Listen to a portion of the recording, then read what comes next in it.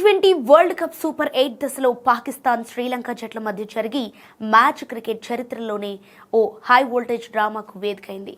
పాకిస్తాన్ నిర్దేశించిన 213 పరుగుల భారీ లక్ష్యాన్ని ఛేదించే క్రమంలో శ్రీలంక జట్టు ఆఖరి వరకు పోరాడింది. చివరి ఓవర్లో విజయానికి 28 పరుగులు అవసరమైన తరుణంలో శ్రీలంక కెప్టెన్ దసన్ షెనిక విధ్వంసకర బ్యాటింగ్తో స్టేడియాన్ని హోరెత్తించాడు.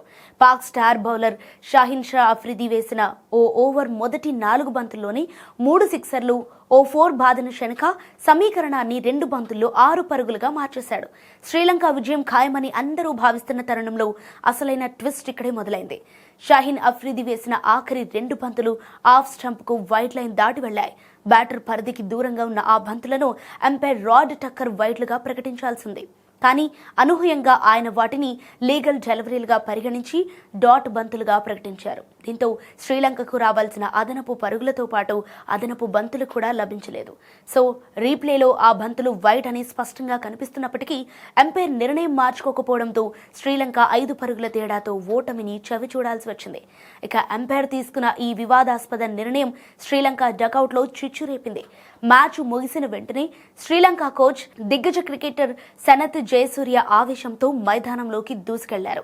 అంపైర్ రాడ్ టక్కర్ ను నేరుగా కలిసి జైంట్ స్క్రీన్ పై రీప్లేలను చూపిస్తూ తీవ్ర స్థాయిలో వాగ్వాదానికి దిగారు.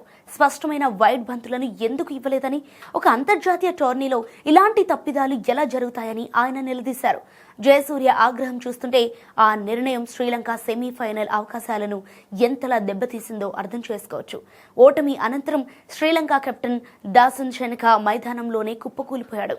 అద్భుతమైన పోరాటం చేసిన అంపైర్ తప్పుడు నిర్ణయం వల్ల విజయం చేజారిందన్న బాధ షెనకలో స్పష్టంగా కనిపించింది. సహచర ఆటగాడు దునిత్ వెల్లలాగే అతన్ని ఓదార్చే ప్రయత్నం చేశాడు.